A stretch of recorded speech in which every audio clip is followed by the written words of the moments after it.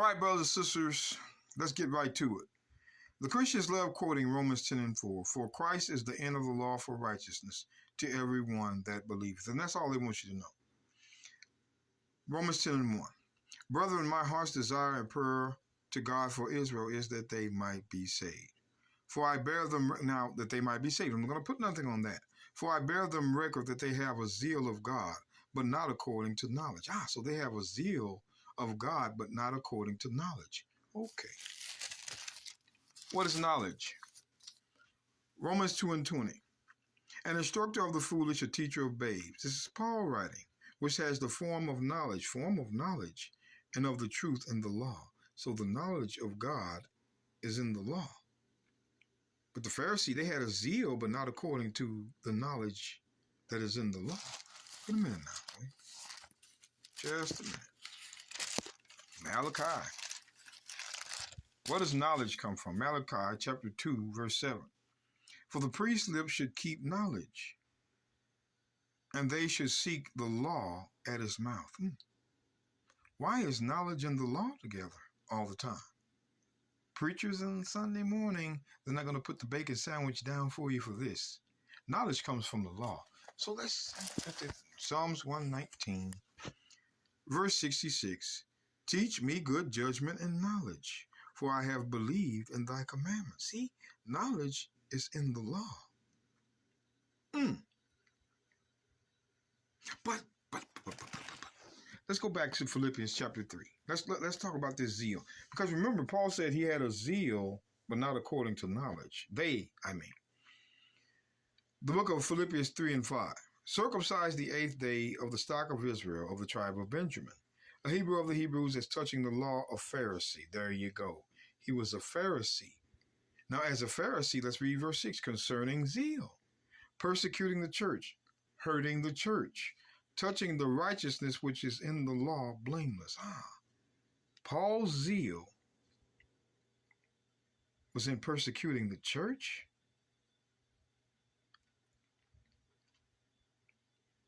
As a Pharisee? Acts 22. Let's go back to Acts 22. Acts 22, verse 3. I am verily a man which am a Jew, born in Tarsus, a city in Cilicia, yet brought up in this city at the feet of Gamaliel, and taught according to the perfect manner of the law of the fathers. The perfect manner of the law of the fathers, not God. The law of the fathers. What does that mean? Taught according to the perfect manner of the law of the fathers. Let's get Matthew 15. See, brothers and sisters, the Christians will never answer this. The book of Matthew, chapter 15, and verse 8. This people draweth nigh unto me with their mouth, and honoreth me with their lips, but their heart is far from me. But in vain they do worship me, teaching for doctrines and commandments of men. There it is. The perfect manner of the law of the fathers. Traditions. Paul was raised up into traditions of the Pharisee. And according to Scripture, I keep calling it Scripture, but it's New Testament. I want to show you something. Matthew 5, verse 20. For I say unto you that except your righteousness shall exceed the righteousness of the scribe and the Pharisees, ye shall in no case enter into the kingdom. So if our righteousness does not exceed the Pharisee and scribe, if our righteousness doesn't exceed the Pharisee and the scribe, we will not get into the kingdom. Well, what was the righteousness of the Pharisee and the scribe? The book of Mark 12. Because you're not going to get into the kingdom if you don't exceed their righteousness. They had one. So let's look at this. Mark 12 and 30. I got to get right to it. But thou shalt love the Lord thy God with all thy heart, with all thy soul, with all thy mind, and with all thy strength. This is the first commandment. Pay attention. And the second is like, namely this, thou shalt love thy neighbor as thyself. There is none other commandments greater than these. Pay attention. And the scribe. The scribe. Remember the scribes of the Pharisee in Matthew 15 and 9? Come on now. The book of Matthew 5, verse 20.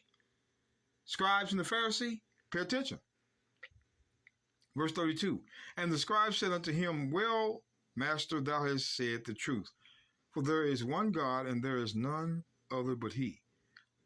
And to love him with all thy heart, with all thy understanding, with all thy soul, and with all thy strength, and to love his neighbor as himself is more than whole burnt offerings and sacrifices. To love your neighbor is more than the sin offering. Watch what Christ tells him.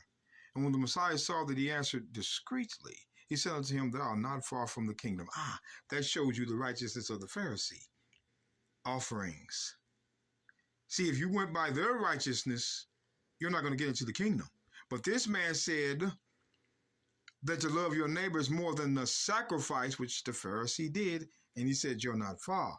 So now we know what righteousness keeps you out of the kingdom. I want you to pay attention. I'm going to go back to the book of Romans.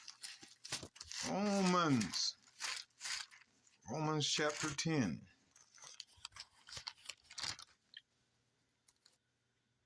In verse 3. For being ignorant of God's righteousness and going about to establish their own righteousness, which was in sacrifice. If your righteousness shall not exceed the righteousness of the Pharisee, they had their own righteousness, and have not submitted themselves unto the righteousness of God. For Christ is the end of the law for righteousness. Which one? Come on now, because the Pharisee had their own righteousness, which was mentioned in Matthew chapter 5, verse 20, which would keep you out of the kingdom. But God also had a righteousness. Now here's where it gets deep. Which righteousness was Christ the end of? Was it the righteousness of the Pharisee or the righteousness of God? Let's go and get right to it. Let's get the book of Matthew, chapter 21, verse 25. Now, I'm going to mention this. The baptism of John, whence was it? From heaven or of men? So they have to answer. Christ asked him, where was the baptism of John orchestrated from? Heaven or of himself? But this is what I want you to do, because I got a lot of scriptures to cover. Follow me here. Matthew 21, verse 32. For John came unto you in the way of righteousness, and ye believed him not. He came unto you in the way of righteousness. Well, what is that? Let's get Proverbs chapter 8, verse 20. I lead thee in the way of righteousness, in the midst of the path of judgment. The paths of judgments were the laws. John brought the way of righteousness, which was the laws. And now, brothers and sisters, 2 Peter 2, verse 21. For it had been better for them not to have known the way of righteousness. There it is again. Way of righteousness, you Christians, than after they have known it to turn from the holy commandment. The way of righteousness is still the law. And John brought them the law, but they believed him not. John brought the righteousness of God to them, and they rejected it for their own righteousness. So when it says, hold on now, when it says in Romans 10, verse 4, for Christ is the end of the law for righteousness, their righteousness was in the offering.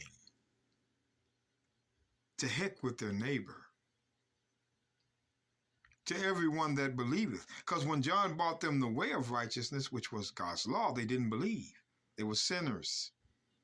That's why when it says Christ is the end of the law for righteousness, again, these Christians, they should know, but they act like they don't. The book of Matthew, again, chapter 27, verse 51. And behold, the veil of the temple where they done the sacrifice was rent in twain from top to bottom. And the earth did quake, and the rocks rent. Christ was the end of the law for offerings, sin offerings, burnt offerings. That law, which the Pharisee did faithfully and hated their brethren. So he wasn't the end of the law for the Ten Commandments. He was the end of the law for the temple. You Christians.